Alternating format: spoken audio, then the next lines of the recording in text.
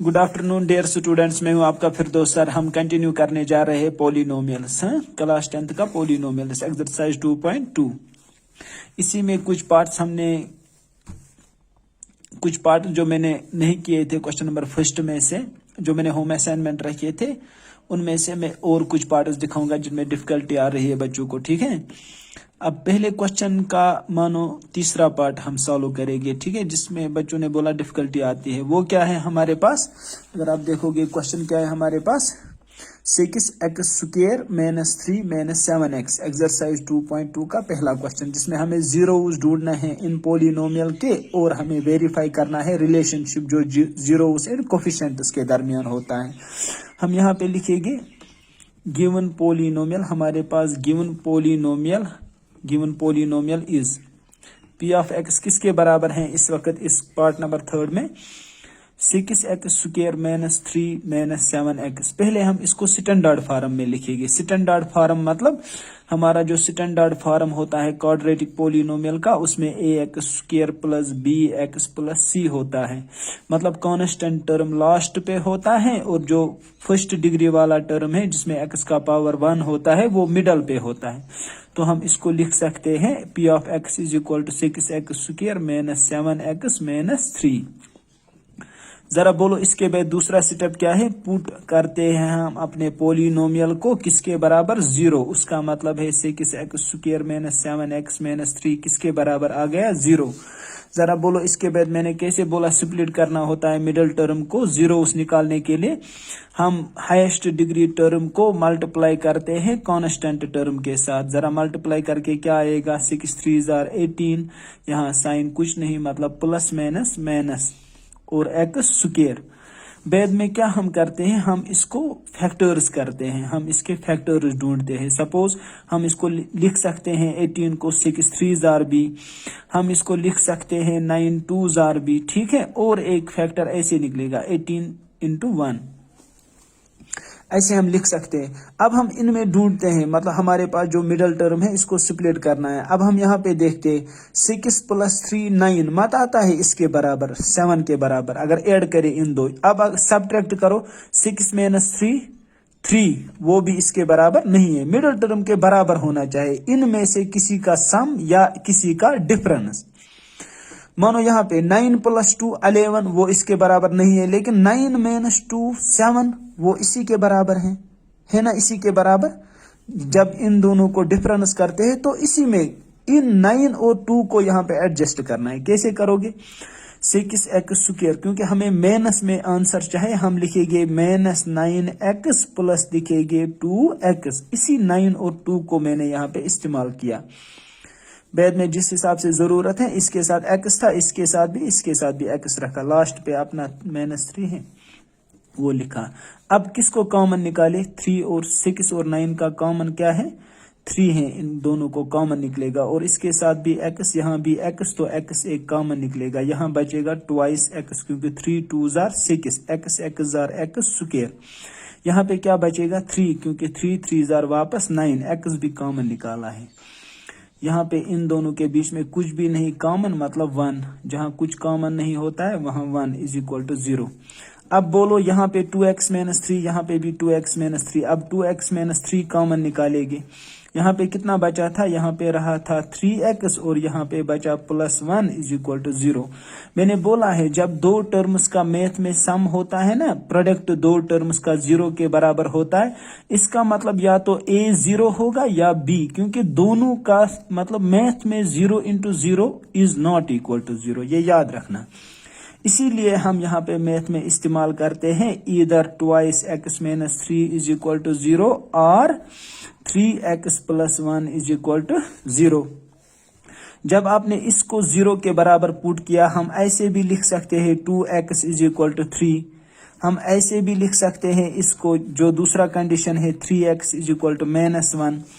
जरा यहाँ पे बोलो x का वैल्यू कितना आएगा, सर x के साथ मल्टीप्लाई था 2। अगर मल्टीप्लाई वाले नंबर को यहाँ से यहाँ खींचना हो, मतलब एक्चुअल में हम कैसे करते हैं, हम दोनों साइड से मैथ एक्चुअली यही वाला सेटअप यहाँ पे बोलता है, यहाँ यहाँ याद रखना चाहिए, यहाँ से भी डिवाइड करो 2 से, यहाँ से भी डिवाइड करो 2 से, यहाँ से ये 2 और ये 2 कैंसल होता है, वरना हम इसको यहाँ नहीं खींचते हैं, ठीक है, मैथ में खींचते नहीं है। ऐसे ही यहाँ पे जब आप दोनों साइड से डिवाइड करोगे 3 से, यहाँ से भी डिवाइड 3, यहाँ से भी डिवाइड 3, ये 3 और ये 3 कैंसल, बचा x किसके बराबर -1/3। Therefore x is equal to कौन कौन सा वैल्यू निकला, +1/3/2 कामा -1/3 और zeros ऑफ गिवन पोलिनोमियल, ठीक है। अब इसके बाद क्या करना होता है हमें, वेरिफिकेशन। वेरिफिकेशन में ऑलरेडी मैंने आपको ऑलरेडी बोला है कि हमारे पास जो फार्मूला है रिलेशन बिटवीन कोफिशिएंट, जब हमने पढ़ा था relation between coefficients and zeros, उस वक्त मैंने बोला था ये formula SOZ sum of zeros किसके बराबर होता है, इसमें जो हमारे पास क्वाड्रेटिक पोलिनोमियल है स्टैंडर्ड AX² + BX + C किसके बराबर लिखा था वहां आपने -B/A, ये हमने पढ़ा है। और ऐसे ही POZ प्रोडक्ट ऑफ जीरोस किसके बराबर, जरा बोलो बेटा किसके बराबर लिखा था, C/A, ठीक है। अब यहाँ पे पहला कौन स्टेप होता है वेरिफिकेशन में, हम करते हैं कंपेयर करते हैं गिवन पोलिनोमियल को, कंपेयर गिवन पोलिनोमियल विद जो गिवन पोलिनोमियल है ना, क्या है वो, compare given polynomial, that is given polynomial कौन है आपके पास, 6x² - 3 - 7x, उसके बदले क्या लिखा था बेद में, और लिखो इसको, क्योंकि आपने इसको ठीक किया था बेद में, ठीक मतलब स्टैंडर्ड बनाया था, आपने मिडिल टर्म को यहाँ पे रखा था, -7x - 3 विद किसके साथ कंपेयर करते हो, जनरल क्वाड्रेटिक पोलिनोमियल के साथ। जरा जनरल क्वाड्रेटिक पोलिनोमियल क्या है, that is AX² + BX + C, ठीक है। जब आप इन दोनों को कंपेयर करोगे, यहाँ x² के साथ कोफिशिएंट है 6, यहाँ x² के साथ कोफिशिएंट है a, इसका मतलब a = 6, यहाँ x के साथ कोफिशिएंट है b, यहाँ x के साथ देखो, ये मत देखो बीच वाला टर्म क्या है, x के साथ कोफिशिएंट क्या है -7, यहाँ पे c कांस्टेंट टर्म, यहाँ पे क्या है कांस्टेंट टर्म -3, ठीक है। अब आपको ये दो फॉर्मूला देखने हैं, क्या इन दोनों का सम भी इसी के बराबर आ रहा है। अब पहला sum of zeros, we know that sum of zero किसके बराबर होता है, -B/A। सम ऑफ जीरोस, आप देखो आपके पास जो 0 2 आए हैं ना, उनको सम करो, 3/2 प्लस -1/3, जो 2 जीरोस हैं उनको सम करो, यहां से फार्मूला के वैल्यूज दे दो, माइनस है फार्मूला का, बी का वैल्यू आपको क्या आया जब आपने कंपेयर किया इनको, -7 डिवाइड बाय ए का वैल्यू कितना आया है 6। अब जरा यहाँ पे कैंची ज़रब करो, प्लस माइनस तो बीच में माइनस बनेगा और इन दोनों को क्रॉस भी हो जाएगा ना, 3 3 9, शाबाश, 2 1 2, प्लस माइनस बीच में कितना बचा माइनस, और डिवाइड किससे हो जाएगा, नीचे सब को डिवाइड हो जाएगा, इस सारे को, 2 3 6, समझ आ गया बेटा। यहां से माइनस माइनस सर प्लस 7/6, जरा यहां बोलो 9 - 2, यहां से भी 7, 9 - 2 7/6, इसका मतलब यहां से भी 7/6 आ गया, क्योंकि 9 - 2 7 आ गया ना, यहां से भी 7/6, यहां से भी 7/6, हेंस वेरीफाइड। ऐसे ही किसको वेरीफाई करना पड़ता है, प्रोडक्ट ऑफ जीरोस को, जरा प्रोडक्ट ऑफ जीरोस, ये C/A, ये है फार्मूला का, जो फार्मूला हमने डिराइव किया था relationship between coefficients and zeros के वक्त, ये वाला फार्मूला। जरा इसमें बोलो POZ प्रोडक्ट ऑफ जीरोस, मतलब जो 2 जीरोस आपके पास हैं उनको प्रोडक्ट ले लो, 3/2 into -1/3 is equal to C, बोलो C का वैल्यू कितना है -3, जो यहाँ पे है, A का वैल्यू कितना है 6। अब जरा इनको प्रोडक्ट ले लो, 3 1 3, नीचे 2 3 6, और बीच में क्या है साथ माइनस, क्योंकि प्लस माइनस माइनस, यहां से बोलो यहां से भी -3/6, दोनों साइड से बराबर आया, हेनस हम कहते हैं हमने वेरीफाई किया, हेनस वेरीफाइड। ठीक है बेटा, मत है उतना डिफिकल्ट।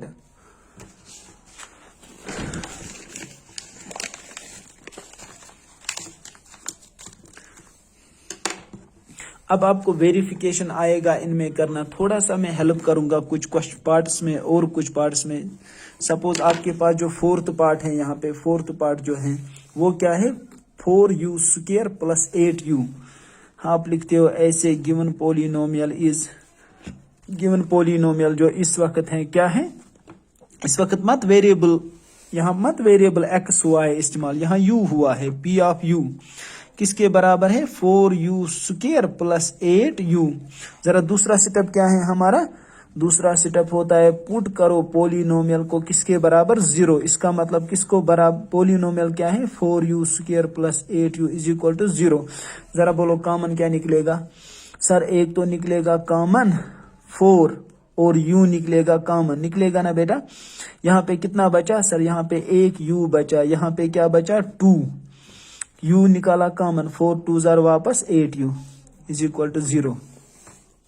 अब यहाँ पे नजर रखो, इसका मतलब इधर हम कह सकते हैं या तो इधर जब दो टर्म्स का प्रोडक्ट 0 के बराबर होता है, इधर 4u इज इक्वल टू 0 और u plus 2 is equal to 0। इसका मतलब क्या है, यहाँ आपको फिर से पता है 4 इंटू u जब 0, बोथ साइड से डिवाइड करो, यहाँ से भी 4 से, यहाँ से भी 4 से, 4 4 कैंसल, मतलब u किसके बराबर आएगा 0, 0/4 किसके बराबर 0। जरा यहाँ से किसके बराबर u -2, तो कौन से जीरोस आए, therefore u is equal to 0, -2 और the 2 zeros of the given polynomial। Verification अब आपको आएगा, वेरिफिकेशन मैंने दिखाया है। वेरिफिकेशन में सबसे पहला वाला स्टेप कौन करना चाहे, पहले करो कंपेयर, किस किस को कंपेयर करो, जनरल जो क्वाड्रेटिक पोलिनोमियल है bx ax square plus bx plus c, किसके साथ, विद जो गिवन पोलिनोमियल है, जो हमें गिवन पोलिनोमियल है वो क्या है 4u square plus 8u। Sir यहाँ पे कंपेयर करने में तो प्रॉब्लम आती है, यहाँ पे सिंपल, यहाँ x है ना, यहाँ पे u था, आप इसको भी u ही बनाओ, कंफ्यूज मत होना। यहाँ पे इसको इस वक्त u में बनाओ, जनरल क्वाड्रेटिक पोलिनोमियल जो है u में बनाओ। फिर देखो कंपेयर करते वक्त, यहाँ u स्क्वायर, यहाँ u स्क्वायर के साथ कोफिशिएंट 4, यहाँ है a, इसका मतलब है a का वैल्यू 4। यहाँ u के साथ 8 है, यहाँ u के साथ b है, इसका मतलब b का वैल्यू कितना है 8। यहाँ पे कांस्टेंट टर्म है c, यहाँ पे मत है मौजूद कांस्टेंट टर्म, हम खुद ही लिख सकते हैं कांस्टेंट टर्म क्या है 0, c का वैल्यू 0। इसके बाद जरा बोलो क्या निकालना है आपको वेरिफिकेशन में, एक तो है SOZ सम ऑफ जीरोस किसके बराबर होता है -b/a। जरा जो दो जीरोस आए उनको सम करो, जो दो जीरोस आए, एक है 0 प्लस दूसरा 0 क्या आया है -2, यहाँ से वैल्यू दे दो, माइनस b का वैल्यू 8, a का वैल्यू 4, 0 मत होता है, 0 का वैल्यू तो कुछ भी नहीं होता है, प्लस माइनस यहाँ से बचेगा -2, यहाँ क्या बचेगा 4 1 जार 4 2 जार, कितना बचेगा -2।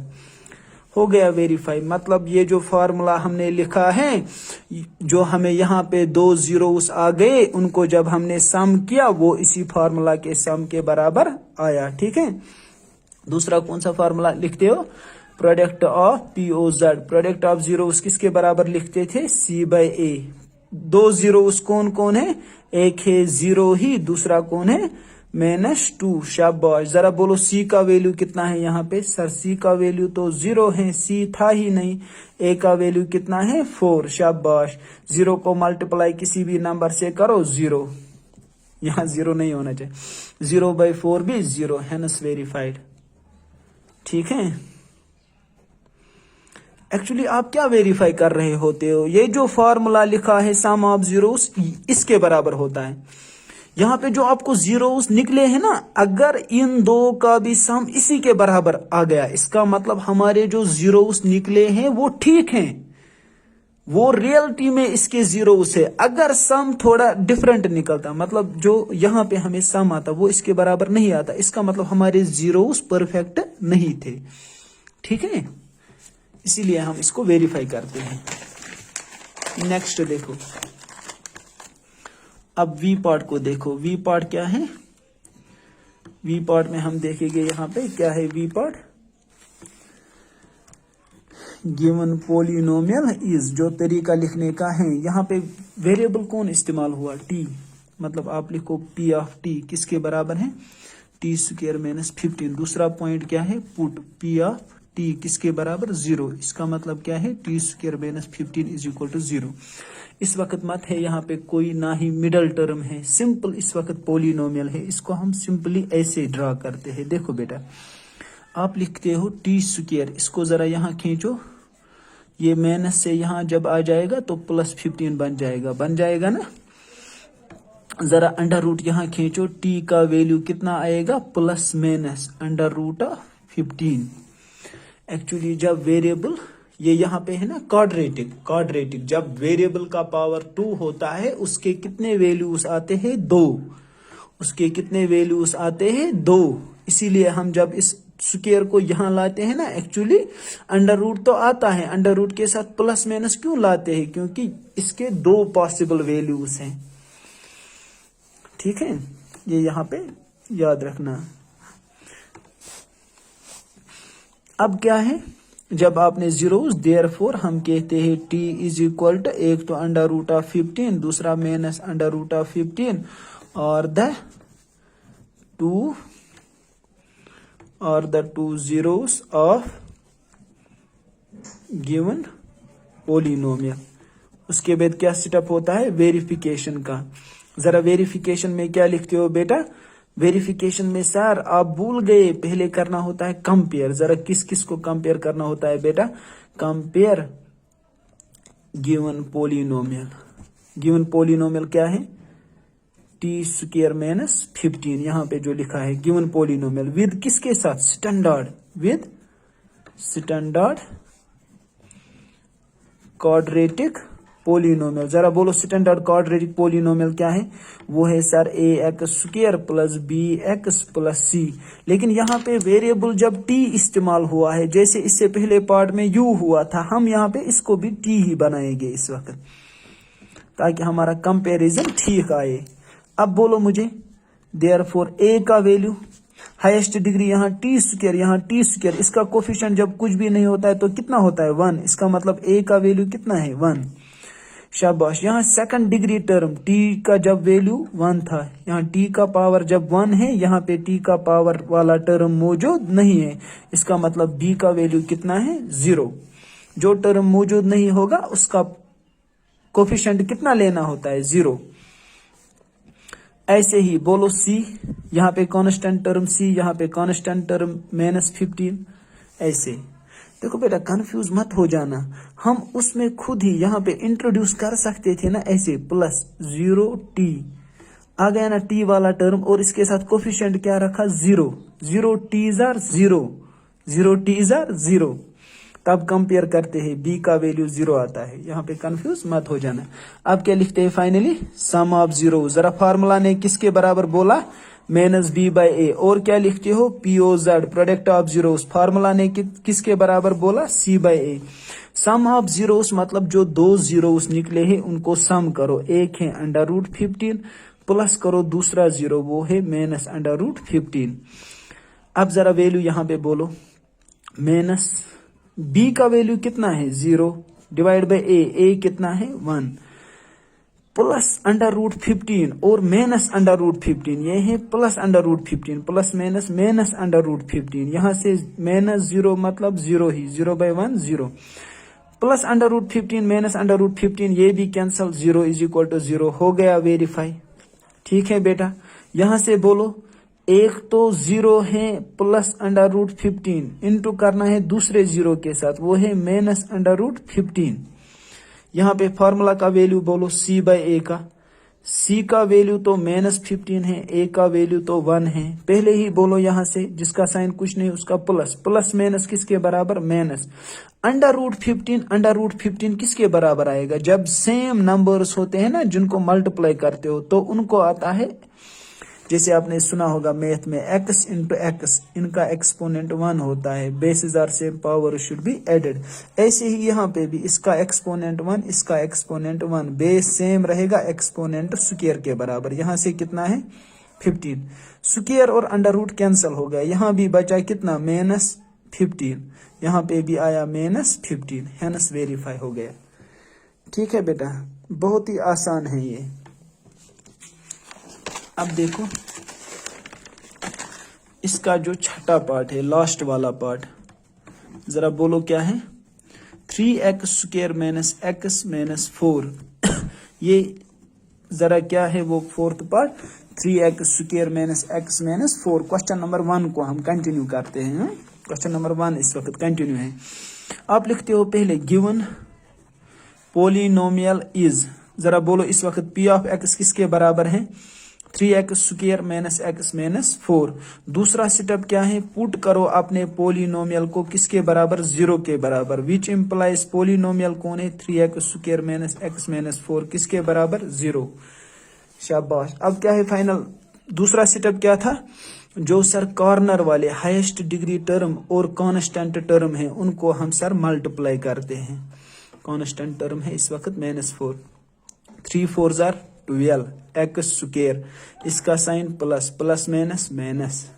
अब हमें इसके क्या ढूंढने हैं, फैक्टर्स। जरा कौन कौन सा फैक्टर, सर एक फैक्टर तो ये भी है 3 इंटू 4, ठीक है, एक फैक्टर है 3 इंटू 4। जरा बोलो दूसरा फैक्टर क्या है, 6 इंटू 2। जरा बोलो तीसरा फैक्टर क्या है, 12 इंटू 1। ठीक है बेटा, ये इसके फैक्टर्स हैं, 3 इंटू 4, 6 इंटू 2, 12 इंटू 1। जब ये तीन इसके फैक्टर्स है, ठीक है बेटा। अब आप देखो इनका ऐड और इनका डिफरेंस, इन सब को ऐड और डिफरेंस करो और देखो कौन इस मिडल वाले टर्म के कोफिशिएंट के साथ सिमिलर आता है। यहाँ पे मिडल वाले टर्म का कोफिशिएंट कितना है, 1। आपने देखा यहाँ पे सर 3 और 4 को जब डिफरेंस करते हैं 4 - 1